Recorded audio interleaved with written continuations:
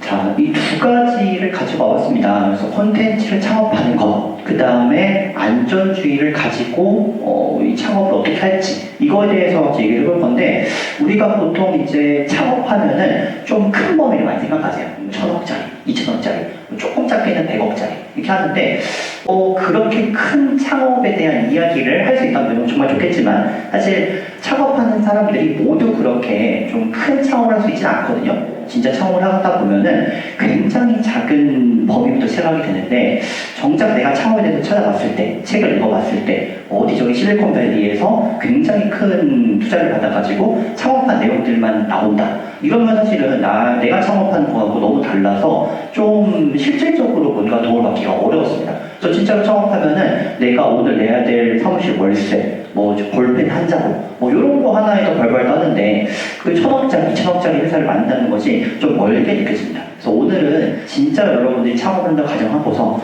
그 창업, 좀 작은 범위의 창업들을 어떻게 안정적으로 할 수 있을지 그 얘기를 좀 해보고 싶어요. 혹시 여러분 드라마 스타트업 보셨나요? 거기 스타트업 드라마를 보면은 굉장히 많은 얘기가 나와요. 뭔가 지분 얘기도 나오고, 뭔가 좀 막 VC 얘기도 나오고, 굉장히 이런 좀 복잡한 얘기들이 많이 나오는데, 저는 좀 창업을 시작했을 때 좀 고민이 많았어요. 그래서 왜냐면은 저는 그렇게 회사를 크게 만들 자신이 없었거든요. 왜냐면 저는 컨텐츠를 만든 사람이었고, 컨텐츠를 만드는 것 자체가 좋아서 어떻게 보면은 이 회사를 시작한 건데, 그런 얘기들이 너무 좀 어렵지 않나? 그렇게 생각해보면은 이런 컨텐츠 창업을 시작했을 때 도움받을 수 있을 만한 그런 책이라든지 강연이 그때 당시에 별로 없었던 것 같아요. 그래서 제가 좀 여러 가지 과정을 거쳐가지고 만든 회사가 이 지구를 위한 보드게임이라는 회사입니다. 이 회사는 어떤 회사냐면은 환경 보드게임을 제작하는 제작도 하고 판매도 하는 회사예요. 자, 요런 보드게임 만들어서 팔고 있어요. 보면은 이제 플라스틱 아일랜드, 캐벤 트레이드, 키스톤, 각각 종류가 다른 환경 문제에 대한 테마를 가지고 이제 보드게임 만들어서 교육 현장에서 뭐 초등학교나 중학교, 그다음에 환경기관, 교육기관이나 공공기관들 중에서 우리 초등학생들, 중학교, 고등학생들, 청소년들을 대상으로 환경 교육을 할 수 있도록 만든 그런 보드게임입니다. 지금은 아마도 여러분들 플라스틱 쓰레기가 왜 문제인지 좀 아실 거예요. 근데 이걸 제가 처음 만들 때만 하더라도 해양 쓰레기라고 하는 것이 왜 문제고 플라스틱 쓰레기가 왜 문제인지 별로 알려지지 않았어요. 그래서 저는 좀 사각지대에 있는 이야기들을 가지고 좀 환경 보드게임 만들어서 좀 교육을 해보자, 이런 주장을 했었습니다. 학생들이 실질적으로 좀 이런 환경 교육을 할 수 있도록 좀 도움을 줄 수 있는 약간 컨텐츠를 만들어서 창업을 하고 싶었던 거죠. 그래서 환경 보드게임을 통해서 재미있게 환경 문제를 해결해보자, 이렇게 좀 생각을 해서 창업을 시작했습니다. 자, 근데 제가 지금 아까 보여드린 것처럼 어떤 컨텐츠가 딱딱 나와가지고 이렇게 됐어요 하면은 되게 쉬워 보이지만은 엄청나게 많은 실패와 리스크와 그리고 좀 어려움이 있었습니다. 자, 그걸 좀 설명을 드려볼게요. 자, 말씀드렸던 것처럼 저는 사실 작가로 시작을 했어요. 그래서 지금도 작가 활동하고 있고 스토리를 제작하는 사람인데, 요런 이제 처음에는 동시출판 소설도 제작하고 이렇게 아이들에게 도서관에서 이제 수업을 하기도 하고, 그다음에 어머님들 데리고 우리 구청이나 문화센터에서 이제 자서전 만드는 이런 수업을 하기도 하면서 약간 창작 활동과 이런 문예 교육 활동을 스토리 콘텐츠를 활용해가지고 좀 같이 해볼 수 있는 그런 일을 했었습니다. 그러다가 제가 좀 변화를 맞은 게 언제냐면은, 제가 활동했던 곳이 이제 성북구 정릉 지역이에요. 빈집이 엄청나게 많은, 그래서 약간 좀 공도현상이 일어난 유령 도시화가 되어버린 그런 지역입니다.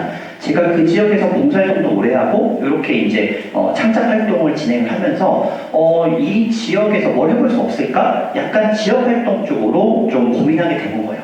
당시에 그때 한 2013년? 14년 그 정도였는데, 그때는 여러분 팔찌를 파는 게 유행했었습니다. 그래서 레고를 사가지고 레고를 이렇게 연결해서 직접 동대문에서 끈을 엮어가지고 팔찌를 팔면은 저거 하나에 놀랍게도 10,000원에 팔았어요. 그래서 엄청난 거죠, 여러분. 놀랐죠? 근데 진짜 잘 팔렸어요. 그래서 아리랑 시장 가가지고도 팔고, 제가 그때 당시 이제 칠리를 잘 만들었는데, 칠리를 만들어서 성북구청 앞에서 이렇게 행사 음식 판매도 했고, 국민대 뒤쪽에 있는 그 작은 감자튀김 가게를 인수해서 요걸로 같이 한번 장사를 해봤습니다. 결국에 뭐냐면은 내가 지역 활동을 하면서 되게 작은 아이템을 가지고 장사를 진행해본, 처음으로 비즈니스를 해본 경험이라고 보는 것 같아요. 자, 근데 이게 좀 귀찮다 보니, 이게 작게 이렇게 하지 말고 좀 큰 범위로 가보자. 그래서 실제로 지역 재생으로 프로젝트 범위를 확장해보자 라고 생각했었습니다. 제가 그때 시작했을 때만 하더라도 약간 마을 재생이나 도시 재생이라는 말이 이제 처음 나올 때쯤, 그러니까 워딩 자체가 잡히지 않은 때였어요. 그러다 보니까 좀 이런 활동하는 것 자체가 좀 뭐랄까 좀 생소하고 낯선 개념이었습니다. 그때 당시에는 지금 지원을 받기도 어려웠고 좀 뭔가 많이 없었어요, 인프라가. 그러다 보니까 직접 정릉에 들어가서 빈집을 가지고 우리가 고쳐가지고 이걸 써보자. 더 처음에는 제가 작가니까 우리 작가들에게 이 빈집을 고쳐서 레지던스로 좀 빌려주자. 그럼 좋지 않을까 했었는데 이제 문제가 뭐냐면은 빈집이 너무 빈집이었어가지고 다 호벽이에요. 호벽이어가지고 시멘트가 그대로 드러냈어요. 이러면 겨울에 얼어 죽어요. 그래서 여기서는 뭘 할 수가 없어요. 근데 그거를 단열부터 해가지고 전부 다 고치려고 하니 돈이 너무너무 많이 들어요. 저는 그럴 정도 돈이 없었기 때문에 빈집 하나만 일단 고쳐가지고 친구들에게 진로 교육 공간을 활용하는 그런 프로젝트를 진행했었습니다. 자, 이걸 좀 확장하자 하니 이제 당시에 말씀드렸던 것처럼 지역 재생에 대한 어떤 그 약간 인지도랄까 이런 게 좀 없었어요. 그러다 보니까 이거를 가지고 더 많은 분들에게 알리자 하는 개념으로 이제 접근한 거죠. 그래서 우리가 개인 사업자를 내고 본격적으로 지역 재생 교육을 시작을 하게 됩니다. 자, 그때 이제 제가 가지고 있는 창작력이 나오기 시작합니다. 제가 아무래도 창작하던 사람이다 보니 그냥 교육을 할 것이 아니라 좀 더 이거를 체계화시켜가지고 툴킷을 이용해서 한번 교육해보자 라고 해서 이런 식으로 지역재생 관련 교육 툴킷을 만듭니다. 하지만 보시면 아시겠지만 굉장히 복잡해요. 이거를 가지고 교육하려고 하니 너무 복잡해가지고 우리 같이 수업 들으시는 분들이 한 1시간 정도 설명해도 잘 못하세요. 그러다 보니까 이 교육 자체에 너무 큰 공임이 들어가고 너무 시간도 많이 걸리고 좀 나중에 가면은 좀 지루해하신다 좀 이런 느낌이 들었던 거예요. 결국에는 우리가 이런 툴킷을 활용한 교육 사업에 대해서 사업의 한계를 느꼈어요. 처음에는 좋은 일이고 사회적 가치를 가지고 있고 되게 같이 청년들이 의사의사 해가지고 아주 호기롭게 시작했었지만은 점점 시간이 지나면 지날수록 돈이 안 된다. 그게 확 느껴지는 거예요. 이걸 가지고 우리가 어쨌든 교육하려면 강사가 필요하고 공간이 필요하고 이 프로그램을 돌리려면 시간이 필요한데 그 모든 것을 따졌을 때 들어가는 어떤 강사의 고정 비용과 우리가 들어가는 어떤 재반적 비용들이 버는 돈보다 작은 거예요. 이게 결국엔 우리가 기업을 만들고 창업한 이유가 뭐냐면은 수익을 만들기 위함인데 전혀 그런 게 되지 않았던 거죠. 그래서 처음 시작했을 때 그런 창업을 특히나 사회적 기업이라든지 사회적 가치를 가지고 시작하시는 분들은 이런 수익 구조에 대한 생각을 별로 많이 안 하세요. 그래서 일단은 좋고 일단은 이걸 해봐야지 가치가 있다 생각하기 때문에 먼저 시작하시지만은 엄밀히 말하면은 우리가 하면 할수록 마이너스다. 그러면은 지속 가능성이 떨어지게 됩니다. 자, 그래서 처음부터 다시 생각하기로 했어요. 이렇게 가지고는 내가 좋은 일 하긴 하지만 지속 가능하기 어렵겠다 라는 생각이 들었던 거죠. 툴킷을 이용한 교육이 아니라 그냥 툴킷 자체를 팔면 어떨까 라는 생각이 들었던 거예요. 그래서 잡았던 것이 환경 문제 테마 교육용 툴킷을 팔자고 했어요. 왜냐하면 우리가 아까 했던 지역 재생 툴킷을 만들었잖아요. 지역 재생과 연결되는 거 뭡니까? 환경이에요, 환경. 그 누구도 환경 문제가 중요하지 않다고 한 사람 없어요. 환경 문제에 대해서는 누구나 다 공감하고 이거에 대해서 교육을 하고 싶어 하기 때문에 이걸 가지고 툴킷을 만들면 훨씬 더 잘 팔리지 않을까라는 이제 비즈니스적인 마인드로 바뀌게 됩니다. 자, 이렇게 생각을 해봤어요. 우리가 환경 문제가 중요하고 환경 문제를 알리기 위해서 게이미피케이션이라고 하는 게임을 활용한 어떤 반복 행동, 그런 코어 액션을 넣어가지고 스스로가 능동적으로 이 문제에 대해서 알고 그 지식을 습득할 수 있다면 충분히 환경 문제를 해결하는 한 방안이 될 수 있지 않을까라는 생각을 했던 거죠. 자, 그렇게 만들어진 이런 겁니다. 그래서 플라스틱 관련 같은 경우에는 저기 보시면 카드가 그 해양에서 많이 떠돌아다니는 플라스틱 쓰레기예요. 그래서 우리 혹시 게임 거 아시나요? 카드 2장 넘겨가지고 똑같으면은 여기 가져오는 거 그거를 똑같이 해가지고 요 쓰레기들을 2장 같이 맞추면은 분리수거하는 거예요. 그러면은 어쩔 수 없이 보다가 이 쓰레기는 이렇게 오래 걸려 분해되는데 이렇게 스스로가 자기도 모르는 사이에 게임하다 보면은 요거를 이제 인지하게 되는 그런 방식으로 게임이 만들어지는 겁니다. 자, 여기서 나오는 게 바로 안전주의예요. 그래서 여러분들이 창업을 처음 시작할 때 어떻게 하면 안전하게 될 수 있지? 이걸 고민해 보시는 거예요. 자, 중요한 건 뭐냐면 여러분 정말로 비용을 줄여야 돼요. 적게 들여가지고 합리적으로 마진을 붙이는 것이 가장 좋은 방법입니다.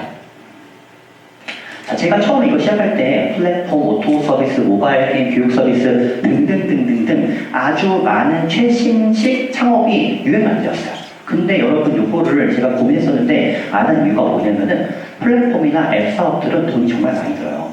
다 무형이기 때문에 돈이 안 들 걸 생각하시지만 생각보다 이게 엄청 많이 듭니다. 왜냐하면은 이런 플랫폼 사업들은 일단 사람 유입시키고 나중에 사람이 많아지면은 유료가 붙는 거거든요. 처음부터 현금화가 안 돼요. 그러다 보면은 내가 계속 돈만 들이고 돈을 못 버는 거예요. 그거를 버티기 위해서 우리가 아까 말했던 투자를 받는 겁니다. 그래서 시드머니를 받고 시리즈 A를 가고 B를 가고 하면서 처음에는 1억, 5억, 10억, 100억 이렇게 가는 거예요. 그 과정이 되게 고난의 역경 연속입니다. 그래서 저는 고민했어요. 나는 그런 걸 원하는 것이 아니라 좀 더 적은 비용으로 수익을 만들어낼 수 있는 콘텐츠 창업을 하고 싶다라고 생각했던 거죠. 자, 그래서 선택한 게 뭐냐면 하드웨어 콘텐츠를 가지고 있는 보드게임, 즉 제조업을 하겠다고 생각했습니다. 제조업은 내가 어떤 비용을 들여서 얼마의 시간을 들이면은 뭐가 나온다는 퍼포먼스가 되게 분명하기 때문에 우리가 시장을 예측하고 고객을 예측하기가 굉장히 쉬워요. 그래서 내가 적은 초기 비용을 들여서도 충분히 사업을 진행할 수가 있다는 뜻이죠. 제가 선택한 거는 이 두 가지예요. 첫 번째는 저는 책을 만드는 사람이니까 책을 만드는 것과 거의 유사해요. 플라스틱을 만드는 금형을 떼면은 다 종이로 인쇄만 됩니다. 그리고 초기 비용이 적고 의외로 마진율이 굉장히 높습니다. 왜냐하면 종이만 쓰니까. 우리 인쇄물은 장점이 뭐냐면은 많이 뽑을수록 객단가가 낮아져요. 그래서 많이 생산하면은 점점 하나하나의 비용이 줄어들기 때문에 내가 가져가는 비용이 가져갈 수 있는 수익이 더 커진다는 거죠. 발전 가능성이 있다는 뜻입니다. 자, 여러분들이 이제 창업을 진행을 하실 때 물론 처음부터 큰 돈을 받고 투자 받으면 너무너무 좋겠죠. 하지만 그러기는 사실 쉽지 않습니다. 그렇기 때문에 처음 이제 창업하시려면은 여러 가지가 있는데 기본적으로 여러분 창업은 절대로 성공할 수가 없어요. 성공했다. 그건 나중에 더 큰 실패를 불러오기 때문에 좋지 않습니다. 그래서 내가 처음에 할 때 실패할 걸 가정을 하고서 처음에는 내 돈 쓰면 안 돼요. 그래서 지원 사업을 통해 가지고 지원금을 가지고 내가 해볼 수 있는 많은 것들을 해보는 것. 특히 컨텐츠는 뭔가를 만들어야 되기 때문에 만드는 걸 해보는 겁니다. 그래서 제일 좋은 거는 크라우드 펀딩으로 여러분들이 가지고 있는 처음의 컨텐츠를 한번 우리 고객들에게 보여보는 거예요. 이거 MVP라고 하는데 여러분들이 가지고 있는 콘텐츠가 진짜로 소비자들에게 먹히는지 너무 내 생산자 마인드로 만든 게 아닌지 이런 것들을 펀딩을 통해 가지고 한번 시험해보고 이거 먹힌다. 그럼 그걸 가지고 우리가 생산했을 때 실패, 즉 리스크를 줄일 수 있는 방법이 되는 겁니다. 이거 없이 그냥 내 돈 한 5천 들여가지고 막 뽑았는데 소비자가 원하는 게 아니야. 그럼 어떻게 해요? 그 5천만 원짜리 재고를 내가 다 떠안아야 돼요. 자, 저희가 이렇게 좀 나름 스마트하게 제조업을 하면서도 스마트하게 컨텐츠를 만들어요. 그래서 이렇게 한 이유가 뭐냐면은 체계적으로 만들어야 훨씬 리스크가 적다는 겁니다. 그래서 여러분들이 항상 머릿속에 떠올려야 될 것은 리스크를 줄여서 안정적으로 안전하게 창업을 하는 방법들을 모두 걸 다 써야 돼요. 내가 돈이 많아가지고 좀 돈 낭비되면 상관이 없는데 내가 가지고 있는 초기 자본금을 스마트하게 활용할 필요가 있다는 겁니다. 저희 이런 식으로 선순환 구조를 통해 가지고 우리 브랜드를 강화해서 더 많은 컨텐츠 제품들을 판매하는 식으로 이렇게 진행하고 있습니다. 저는 외주사와 함께 협력 파트너들을 되게 많이 활용하거든요. 그래서 여러분들이 내가 가지고 있는 강점이 무엇인지 정확히 파악하고 그거를 못하는 부분들은 외주사와 함께 하세요. 그러면 내 어떤 공임을 훨씬 줄일 수 있고 리스크를 줄일 수가 있습니다.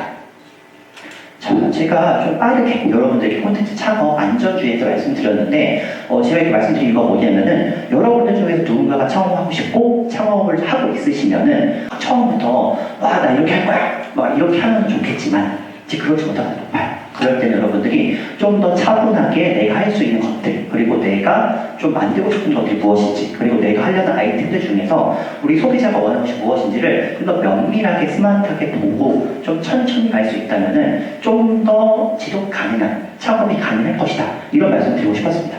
그래서 이렇게 여러분들이 창업에 대해서 더 많은 것들을 해보고 실패가 없어야지 다채로운 창업이 가능해지면서 우리 창업생태계가 훨씬 더 부흥되지 않을까 그런 생각하는 거죠. 자, 오늘 저희가 했던 얘기들이 여러분들 창업에 조금이나마 도움이 됐으면 좋겠습니다. 네, 감사합니다.